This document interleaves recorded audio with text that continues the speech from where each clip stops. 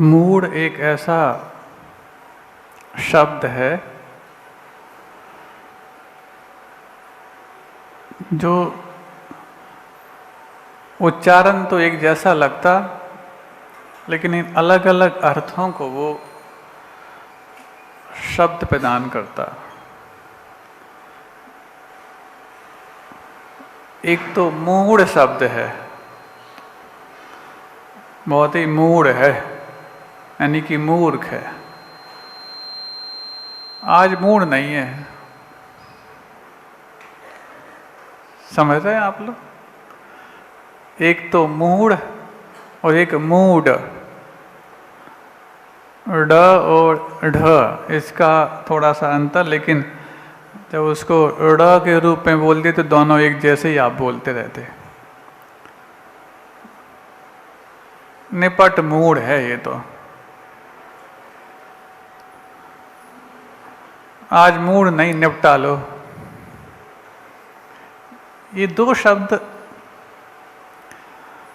कई बार आप लोगों के दिनचर्या में प्रयोग होते, बल्कि मूड वाला शब्द तो ज़्यादा प्रयोग होता। क्यों? कैसा मूड है आज? जब कोई विशेष व्यक्ति से मिलने जाते, इवन गुरु जी के पास भी जाएं, भैया मूड अभी ठीक ठाक नहीं समझ में आ रहा, इसलिए बाद में देख लेना। आज बहुत अच्छा मूड है, चले जाओ सुनो। हाँ, कई बार गुरु जी के पास भी, और कमरे के बाहर क्या चल रहा है, कई बार कमरे के भीतर जो रहते हैं उनको भी सुनने में आता रहता है कि क्या चर्चाएं चल रही हैं अपने बारे में।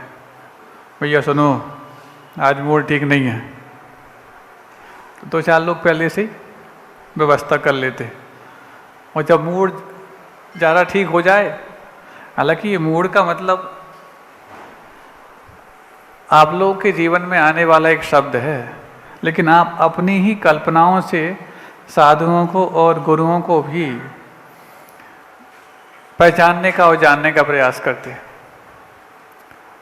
अब यदि आपको अपना मूड पता हो तो आप अपनी स्वयं की शारीरिक प्रकृति को भी पहचान सकते हैं। आपको अपना मूड तो पता रहता? हाँ, नहीं पता रहता। हाँ, यदि आपका मूड जल्दी जल्दी बदलता है, क्षणे तुष्टे क्षणे रुष्टे, तुष्टे रुष्टे क्षणे क्षणे, हाँ, क्षण भर में संतुष्ट हो जाएं, क्षण भर में रुष्ट हो जाएं, और इस प्रकार का यदि मूड है तो समझना आपकी वात प्रकृति है। आपका मूड जल्दी नहीं बदलता, लेकिन फिर भी परिवर्तनशील है, तो समझना कि आपकी पित्त प्रकृति है। और स्थिर रहता है तो समझना आपकी कफ प्रकृति है। मतलब आप अपने इन विचारों के माध्यम से भी आपकी तन की प्रकृति को और प्रवृत्ति को समझ सकते हैं। दूसरा, मेमोरी को लेकर के भी आप, स्मरण शक्ति, महाराज कुछ याद ही नहीं रहता आज के समय। बहुत अच्छी बात है, सब कुछ भूलते चले जाते हैं। और महाराज जब आपकी बात भूल जाए तो फिर लगता है कि बताओ हम महाराज की बात भूल जाए। भूलते कि नहीं भूलते बताओ? हैं? भूल जाते? हाँ, लिखते लिखते भी इतना लिख देते कि वो लिखने में पढ़ना भी है, वही भूल जाते, है ना? तो अब जो लिखा है उस लिखे को पढ़ने के लिए एक अलग से एक इंडेक्स बनाओ, और इंडेक्स को पढ़वाने वाला एक व्यक्ति साथ में सेक्रेटरी रखो कि सुनो पढ़ना भी है, कुछ लिखा था आपने। महाराज ऐसा क्यों होता? तो जिनकी स्मरण शक्ति बहुत अल्प अवधि की है, बहुत कम समय की है, तो वात प्रकृति, इसलिए तो वृद्धावस्था में स्मरण शक्ति कम क्यों होती चली जाती? कल ही परसों बताया था कि अलग अलग अवस्थाओं में वात पित्त कफ का अलग अलग जोर होता। बाल्यावस्था में कफ का जोर होता, युवावस्था में पित्त का जोर होता, और वृद्धावस्था में वात का जोर होता। तो वृद्धावस्था में तो वैसी स्मरण शक्ति कम होने लग जाती, लेकिन यदि आपकी युवावस्था में अथवा अन्य अवस्थाओं में भी मेमोरी पावर वीक हो रही है तो समझना वात प्रकृति आपकी है, अथवा वात वर्धक चीजों का आप सेवन कर रहे हो। अब आपकी यदि मेमोरी थोड़ी सी ठीक ठाक है, काम चलाओ, तो आप समझना कि आपकी पित्त प्रकृति है। और यदि आपकी बहुत दीर्घकालीन मेमोरी पावर है, यदि आपकी स्मरण शक्ति है, तो आप मानना आपकी कफ प्रकृति है। आप अपने शरीर के वजन से भी, सुन रहे हो महाराज, शरीर का वजन भले ही ना हो लेकिन बात का वजन तो रखने का प्रयास करते, रखते कि नहीं हैं? कुछ लोग समझ गए महाराज जी हमारे बारे में ही कह रहे हैं। हाँ, बात वजनदार हो, भले ही तुम्हारी बात पित्त कफ में से बात वजनदार हो या ना हो। हाँ, तो यदि आपका वजन कम है तो समझना वात प्रकृति हो सकती है। औसत दर्जे का वजन है तो पित्त प्रकृति, वो जितना होना चाहिए उससे ज़्यादा वजन है तो कफ प्रकृति आपकी। इससे भी अंदाज़ा लगाया जा सकता है। और फिर इसके बाद आपके जॉइंट्स समझते हो महाराज? जॉइंट एंड एडवेंचर है इस बार का चातुर्मास। कैसा जॉइंट एडवेंचर है? दिगंबर जैन परिषद और छिपी टोला और सारी आगरा की शैलियों का जॉइंट एडवेंचर है कि नहीं है? ये बात अलग है कि बीच बीच में जॉइंट हैं ढीले हो जाते हैं। हाँ, यही हम करना चाह रहे हैं। यदि आपके शरीर के जॉइंट्स भी यदि ढीले ढाले हैं तो समझना पित्त कफ वात प्रकृति आपकी। चट चट की आवाज आ रही है, होता ना कई बार उठते बैठते चट चट, कई बार तो लोगों के चलने में ही आवाज आने लग जाती है। वात प्रकृति वालों के लक्षण है। आपके यदि जॉइंट्स बहुत ढीले ढाले हैं अथवा चट चट की आवाज आ रही है तो वात प्रकृति है। ठीक ठाक हैं, आवाज तो नहीं आती लेकिन फिर भी उतने मजबूत नहीं है तो समझना आपकी पित्त प्रकृति है। और ये आपके मजबूत जॉइंट्स हैं, हाँ, तो समझ लेना आप कफ प्रकृति वाले हैं। महाराज क्या कफ प्रकृति हर चीज में अच्छी है? नहीं, सुनो, कफ प्रकृति वाले वैसे शांत रहते, लेकिन बहुत अधिक यदि उग्र दर्जे के अपराधी यदि हों तो वो कफ प्रकृति वाले भी हो सकते हैं। क्यों? वो अपने बात पर स्थिर रहते हैं। गलत तो गलत, अच्छी तो अच्छी, स्थिर रहने वाले हैं तो वो कभी अपराध छोड़ नहीं पाते और फिर क्रूरतम तरीके के अपराधी भी बन सकते हैं कफ प्रकृति वाले। इसीलिए कई बार परिवर्तन अनिवार्य माना जाता है, लेकिन बार बार परिवर्तन होता है तो फिर आपके लिए वो खोखला कर देता है। और कई बार स्थिरता अच्छी मानी जाती है, लेकिन किसी गलत कार्य में स्थिर यदि आप हो गए तो आपके लिए फिर वो गलत दिशा में ले जाने के लिए कारण बन जाता है। आप लोग सुन रहे हैं? हाँ महाराज जी, इसलिए बीच बीच में हम सुनते भी रहते हैं और हैं ऊँघते रहते हैं। अच्छा, हाँ, तो ये अपने आप को पहचानने के बहुत सारे लक्षण आपने समझ लिए हैं। अब ये प्रकृतियाँ चाहे वो वात रूप में हो, पित्त रूप में हो, कफ रूप में, अथवा दो मिक्स हो अथवा तीनों एक साथ हों, तीनों एक साथ हो जाएं तो बहुत गड़बड़। क्यों? तीनों की जब चिकित्सा करने जाते हैं तो किसी एक की चिकित्सा करो तो दूसरा उखड़ जाता है, दूसरे को संभालने जाओ तो एक उखड़ जाता है। इसको सन्निपातज बोल दिया जाता है कि मतलब अब इसका मुश्किल है। क्यों? कफ और पित्त प्रकृतियाँ लगभग विपरीत प्रकृतियाँ मानी जाती। तो यदि किसी का कफ बढ़ा हुआ है तो उसको थोड़ा सा पित्तवर्धक आहार दे दो तो पित्त बढ़ने की संभावना, लेकिन जिसके दोनों ही बड़े हों तो फिर किसका ट्रीटमेंट किया जाए वो क्या हो जाए। कई बार हो जाता, किसी को मान लो ट्यूबरकुलोसिस हो गई, ठीक है, साथ में अल्सर भी है उसको। अब उसमें टीबी की बीमारी यदि हो गई है तो उसको गरम गरम चीज़ें दी जाती हैं। निमोनिया हो गया मान लो और अल्सर भी है। अब निमोनिया तो कफ की प्रकृति से होता है, अब उसको गर्म चीज़ दी जा रही है और वहाँ अल्सर में और वो आग पैदा कर रहा है। अब अल्सर ठीक करते हैं तो निमोनिया और बढ़ जाए, डबल निमोनिया हो जाए। इसलिए जो विपरीत प्रकृतियाँ एक साथ यदि हो जाएं तो बहुत मुश्किल पड़ जाता है। और आज का एलोपैथिक साइंस तो इसलिए तो एक्सपेरिमेंट करता है, ठीक ठाक के ठोक ठाक करके ट्रीटमेंट करता है, और नहीं है तो कहता है सुनो हमने रख दिया उस पर वेंटिलेटर पर, जब तक तुम्हारे पास नाना जी हों तब तक तो ठीक है, नहीं है तो अपनी दादाजी को ले जाना है। ऐसा ही होता कि नहीं होता? जब तक आपके पास नाना जी हैं तब तक आपके दादाजी हैं, और जैसे ही नाना जी खत्म हुए दादाजी टाटा बाय बाय करने लग जाते, है ना। स्वर्ग से रथ आता है महाराज, स्वर्ग वाहन क्या बोलते उसको, मुक्ति रथ। आपके यहाँ चलते नहीं चलते? हाँ, कि कंधे पे ले जाते हैं, वाहन से नहीं ले जाते? अच्छा, कंधे पे अभी चलो थोड़े बहुत संस्कार बचे हैं, यही तो हैं छिपी टोला में थोड़ा बहुत अभी बचा वो नहीं है, तो फिर तो सीधा सीधा स्वर्ग वाहन आते हैं, गली से बाहर तक निकाल करके उसमें रखते हैं, 2-4 लोग साथ में बैठ जाते हैं, उसके बाद सारे लोग सीधे वहीं पहुंचते हैं अपनी अपनी, हाँ, यमदूत पर बैठ करके। हाँ, यहाँ भी होने लगे सीधे वहाँ पर, और 2-4 किलोमीटर दूर यदि वो कौन को क्या बोलते हैं उसको, मुक्ति धाम। हाँ, मुक्ति धाम यदि हो तो कहाँ तक संभव है। एक स्थान पर लिखा था मुक्ति धाम के बाहर विहार करते वक्त देखा, ये दुनिया की सबसे सुंदर जगह है, यहाँ पर आने के लिए व्यक्ति मरता है। सुन रहे हो?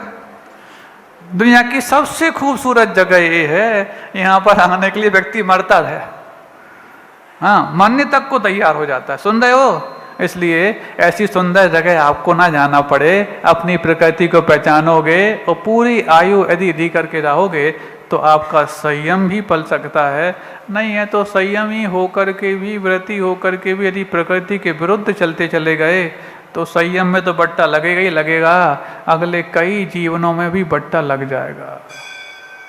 क्यों? परिणाम ही है जो आपके भविष्य का परिणाम देने वाले हैं, और भविष्य का परिणाम अभी आपके विचारों के परिणाम पे डिपेंड है, और विचार आपकी प्रकृति पर डिपेंड है, और प्रकृति आपकी दिनचर्या पे डिपेंड है। सुन रहे हैं आप लोग? हाँ, तो अब बात प्रकृति, पित्त प्रकृति, कप प्रकृति को पहचानने के कितने सारे उपाय आपने पिछले कई दिनों में समझ लिए, 2-4 तो याद रह जाएंगे ना, इनसे भी आप पता लगा सकते हैं। और वेट, हाँ, हल्के तो बता ही दिए, बहुत हल्के वजन के हैं, तो फिर जल्दी जल्दी आपके विचार बदलते हैं, आप स्थिर नहीं रह पाते। इसलिए वृद्धावस्था में आपके हाथ पे लड़खड़ाते क्यों हैं? क्यों? बात का काम ही लड़खड़ाना, हवा देना, वो स्थिर होने नहीं देता, इसलिए उस समय बात की व्यवस्था बढ़ जाती है। और दूसरी ये है कि उससे जो नींद डिस्टर्ब होती है, अब नींद तो डिस्टर्ब करने के आज बहुत सारे उपाय, आज सुबह ही शांतिहारा के समय विषय आ ही गया था। अक्सर युवाओं में ये ट्रेंड बढ़ता जा रहा है, सुबह मान लो किसी काम के लिए उठ भी जाएं, माता पिता धक्का दे के यदि उनको अभिषेक शांतिधारा के लिए भेज दें, अथवा थोड़े अपनी रुचि से जिम चले जाएं, तो लौट कर आकर के 2-3 घंटे वो सोते ही हैं। ये बहुत खतरनाक ट्रेंड है, बहुत खतरनाक ट्रेंड है। एक बार जागने के बाद तो मेरी सुबह सो गए तो पक्का है आपने अपने भाग को सुला दिया।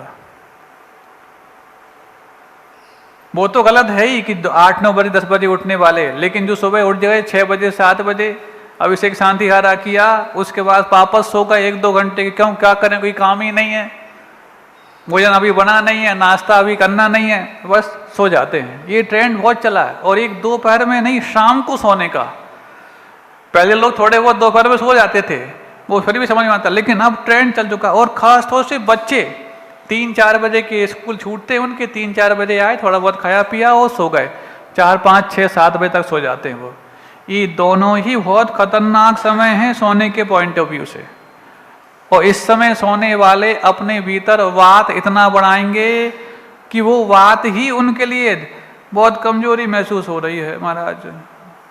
तो खाते पीते नहीं क्या? खाते पीते तो हैं, टॉनिक भी ले रहे हैं, लेकिन क्या करें, क्रॉनिक हो गया। क्या क्रॉनिक हो गया महाराज? अब क्या बताएं, हाथ उठाओ तो लगते नहीं, इतना भारी लगता अपना हाथ। भैया किसी दूसरे को उठाए हो क्या? नहीं महाराज, अपने को उठा नहीं पा रहे, दूसरों को उठाएं। अब तो भगवान ही उठा ले। जब तुम इतने भारी हो गए तो भगवान भी किसी भारी चीज को उठाता नहीं जल्दी। सुन रहे हो? वो उठाना धरना वो कुली का काम है, भगवान का काम नहीं। सुन रहे हो? अब तुमने जितने भी कर्म किए होंगे कुली बनाने वाले, यदि उसको समझ में आएगी, तुमने यदि ठीक से पैसा दे दिया तो उठा लेगा, आपको धर देगा कहीं पर। नहीं है तो भगवान को फुर्सत नहीं है वैसे भी। अरे भगवान को कौन से काम है? सुनते हैं वो तो 8 कर्मों से मुक्त हो गए। हाँ, तुम्हें कौन से काम है? कल एक बच्चा आया, युवा था, बोले महाराज जिसके हाथ में ये गैजेट्स वाला मोबाइल है, मल्टीमीडिया है, मैं नहीं मानता कि वो सदाचारी है। हमने कहा तुम बोल रहे हो ऐसा? तुम रखते हो? रखता हूं महाराज, मैं नहीं मानता कि सदाचारी है वो। कितनी बड़ी उसने कमेंट कर दी और आपकी 1 मिनट में व्याख्या कर डाली। तब तो जाकर के इतने धर्म ध्यान, इतने पूजा पाठ, इतने सारे के सारे स्वाध्याय, इतनी शांति धारा। अरे हम कह रहे एक बार की शांति धारा से तो कर्म कांपने लग जाएं, और वर्षों हो गए शांति धारा करते करते तुम ही कांपते चले जा रहे हो। कर्म तो जो कि तुम पक्के बने बैठे हैं। इन पवित्र भावों से जिस दिन कर दोगे उस दिन तुम्हारी शांति धारा पूरे जीवन तो क्या, इस अभी तक के जितने कर्म बांधे उन सबको शांत करने के लिए भी कारण बन जाएगी। देखिए इतनी पवित्रता के लिए तालियों से खुश होने वाले नहीं। आज ये बात सुनी है तो अपनी प्रकृति में थोड़े बहुत तो संस्कृति जोड़ने का प्रयास करना, थोड़े बहुत तो शुरुआत करने की कोशिश करना कि कोई बात नहीं, हम मोबाइल रखते हैं, मान लिया बहुत सारे काम आप इसके भरोसे ही होते हैं, लेकिन कम से कम रात को 10-11 बजे आके मोबाइल उपयोग नहीं करेंगे, इतना ही कर लेना। क्यों? उसके बाद तो कितना भी बड़ा काम क्यों ना हो कर रहे हो तो पक्का व्यभिचार की ओर जाओगे। महाराज आप तो हमारे संस्कारों पे प्रश्न चिन्ह लगा रहे हैं, हम क्या लगा रहे हैं? आप स्वयं लगाए हुए। कर सकते हो कि रात को 11 बजे के बाद हम फोन भले यूज कर लेना फोन के रूप में, लेकिन किसी प्रकार से मीडिया के रूप में उपयोग नहीं करेंगे उसका, व्हाट्सएप के रूप में यूज नहीं करेंगे, फेसबुक नहीं चलाएंगे, वेब सीरीज नहीं चलाएंगे, बस उसकी स्क्रीन उपयोग नहीं करेंगे। कर सकते हो ऐसा? जो कर सकता है वही मानना कि हमने जो कहा है उससे बचना चाहता है, नहीं है तो वो सिद्ध हो चुका है जो नहीं कर पाएगा। तो हम हाथ नहीं उठवाएंगे, क्यों? क्योंकि हमें मालूम है कितने उठ पाएंगे और कितने नीचे हो जाएंगे। कुछ पड़ोसी को देख के उठाएंगे और कुछ लोग 4 बस उठाएंगे, लेकिन हम हाथ उठवाना नहीं चाहते। हम तो तुम्हारे जीवन को उठाना चाहते हैं ताकि तुम्हारे हाथ उठे आना, लेकिन जीवन इतना उठ जाए कि हर व्यक्ति तुम्हारे लिए हाथ लेकर कसम खाने लायक बन जाए। ऐसे शील के लिए सिर्फ शपथ और सौगंध की आवश्यकता नहीं होती, इसके लिए तो भीतर से संयम की आवश्यकता होती है, भीतर से समझ की आवश्यकता होती है। इसलिए डांडिया और गरबा का मौसम चालू हो रहा है, अपने बेटे बेटियों को संभालना। और ठीक है नहीं जा रहे हैं तो टीवी पे देखने से भी समझ लेना उनको, जो तो टीवी पे तो आएंगे दिन भर वही चलेंगे, अब डांडिया और गरबा। हम किसी धर्म विशेष संप्रदाय विशेष के बारे में बात नहीं करना चाहते, इनके विकृत रूप आज आपके यहां भी आ चुके हैं। जब मौका मिलता है तो आप भी गरबा और डांडिया खेलने लग जाते हैं। गायन वादन नर्तन ये तीनों संगीत की विधाएं हैं, लेकिन संगीत की विधाएं होने के बावजूद संगीन भावों से समझने का प्रयास करना कि हमारे भीतर विशुद्धि को बढ़ाने के लिए कारण बन रही हो, तब तो कोई बात नहीं, स्वागत के योग्य हैं। और यदि अशुद्धि को बढ़ा रही हैं तो हमें ही कहने की आवश्यकता नहीं, आप स्वयं समझ जाए। अहिंसा परमो धर्म की।